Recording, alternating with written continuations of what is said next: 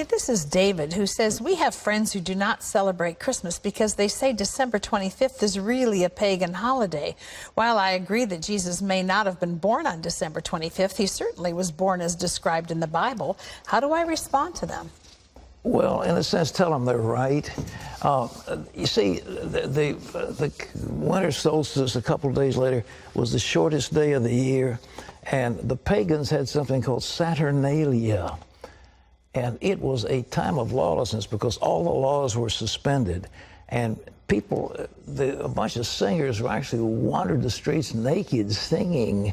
And then they had orgies, sexual orgies. It was a mass thing.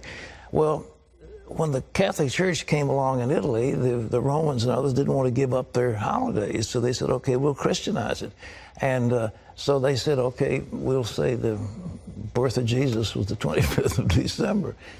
And then there was a monk who began to add it up. You see, if you read in Luke, it says there's a census taken when Quirinius was governor and so forth and so on. And they could take those leaders and figure the exact time dating from the foundation of Rome. And that's when the dates were established. And so they get pretty close to the date. But to say it's the 25th, shepherds were out abiding in the field. It gets a little cold at night. I mean, were they out there in the middle of winter? You know, I don't know. I've been out there on the shepherd's field on Christmas Eve. It's very nice. But it's cold. And nevertheless, I mean, what was going on? So all this business about mistletoe, pagan. Christmas trees, pagan. Giving out gifts, pagan. Every bit of it is pagan. Every single bit of it is pagan. We've Christianized it all. And so that's good. And so we have time, we celebrate for Jesus, and everybody gets all misty-eyed. But the truth is, they're all pagan. But the birth of Jesus. But the intent of the heart is what it's about. Exactly. So we have Christianized all these things. We give gifts in the name of Jesus. We celebrate his birthday.